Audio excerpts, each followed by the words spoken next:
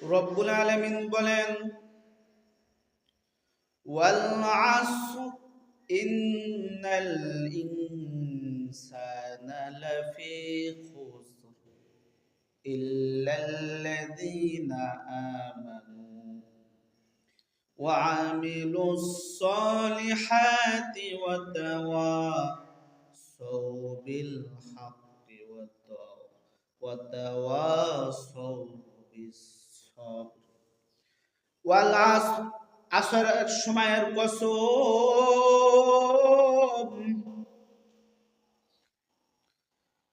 আসরের সময়টা অনেক দামি হে মুমিন। ইমানদারের সময়টা, আসরের সময়টা অনেক দামি। অন্য সময় তো দামি আছে। বিভিন্ন জায়গায় আল্লাহ সুবহানাহু ওয়া তাআলা বিভিন্ন ভাবে কসম কাটছেন, কসম খাইছেন। ওয়াত-তিনি ওয়াজ-যাইতুন ওয়া তুরি সিনিন ওয়া হাযাল বালাদিল আমিন। ওয়াত-তিন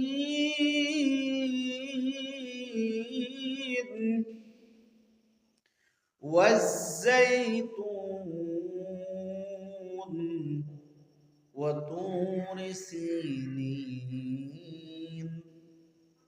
وهذا البلد الأمين। অন্য জায়গায় রব্বুল আলামিন বলেন ওয়াত-তুর ওয়া কিতাবিম মাসতুর ফি রাক্কিম মানশুর ওয়াল বাইতিল মামুর। এমন বিভিন্ন জায়গায় বিভিন্ন ভাবে আল্লাহ রাব্বুল আলামিন কসম কাটছেন, কিন্তু সূরা আসরের ভিতরে রব্বুল আলামিন সময়ের কসম কাটছেন, তাও সময়টা হলো আসরের সময়। রব্বুল আলামিন আসরের সময়ের কসম কাটছেন, ওয়াল আসর, সময়ের কসম অথবা আসরের সময়ের কসম। কারণ বান্দা এই সময়টা অনেক দামি। বান্দা সারাদিন কৃষি কাজ করে, বদলা দেয়, কৃষি কাজ করে, অন্যর ক্ষেতে কৃষি কাজ করে, ব্যবসা বাণিজ্য করে, যাই করুক না কেন আসরের সময়টা অনেক দামি। এই সময়টা বান্দা টাকা আদায় করতে বাইর হয়। এই সময় বান্দার কাছে একটা লিস্ট আসছে, সংসারে এই জিনিস নাই, এইগুলা নাই, এইগুলা নাই, এই জিনিস নাই, এই জিনিস নাই। ওদিক থেকে পিতা বলে, আব্বা বলে দিচ্ছে যাও আমার অসুস্থ, আমার জন্য ওষুধ কিনে নিয়ে আসবা। মা বলতে থাকে বাবা আমার জন্য ওষুধ, আমার জন্য পান নিয়ে আসবা, এই জিনিসটা নিয়ে আসবা। স্ত্রী বলে স্বামী সংসারে এইগুলো নাই, এইগুলো নিয়ে আসবা। ছেলে বলে আব্বা স্কুলের অথবা মাদ্রাসার খাতা ফুরিয়ে গেছে, শেষ হয়ে গেছে, আমার একটা খাতা লাগবে, লুঙ্গি লাগবে, পরনের লুঙ্গি। অথবা বলে কন্যা বলে আব্বা আমাকে এই জিনিসটা ফুরিয়ে গেছে, আমার এই জিনিসটা লাগবে। এতগুলা চাপ মাথায় নিয়ে বান্দা যে সময় বাজারের দিকে রওনা হয়ে যায়, বান্দা রওনা হয়ে গেছে বাজারের দিকে, ওদিক থেকে মুয়াজ্জিন ডাক দিয়ে দিছে, আজান হয়ে গেছে, আল্লাহু আকবার, আল্লাহু আকবার, আল্লাহ বড়, আল্লাহ বড়, আল্লাহ বড়, আল্লাহ বড়। আশহাদু আল্লা ইলাহা ইল্লাল্লাহ,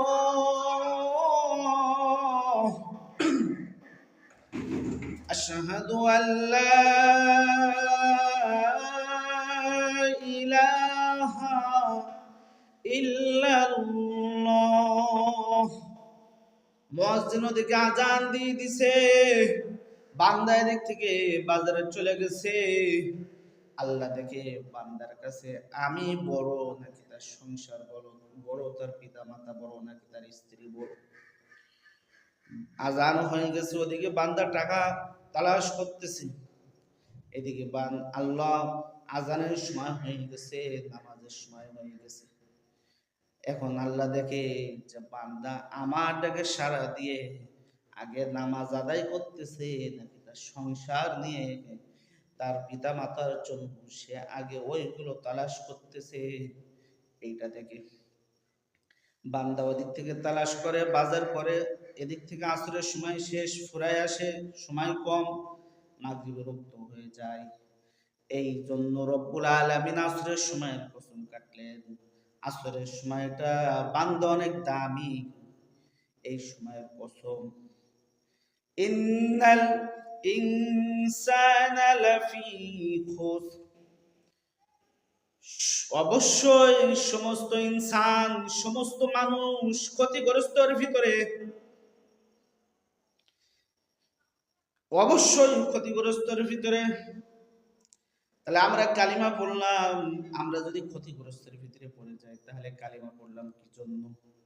ফেরেশতারা বড়, সাহাবা একরাম বড় টেনশনের ভিতরে পড়ে গেছে, কি ব্যাপার, ক্ষতিগ্রস্তর ভিতরে হইলে তাহলে তো সব শেষ, যা কিছু আমল করি সব তো শেষ। আল্লাহ রাব্বুল আলামিন আবার আয়াত নাযিল করে দিলেন, ইল্লাল্লাযীনা আমানু ওয়া আমিলুস সলিহাত, ইল্লা কিন্তু, ইল্লা দ্বারা ইস্তিসনা করে দিয়েছে আল্লাহ, কিন্তু আমানু, ইল্লাল্লাযীনা আমানু, যারা আমি রব আমার উপর ঈমান আনয়ন করেছে তারা ব্যতীত, সুবহানাল্লাহ, তারা ব্যতীত।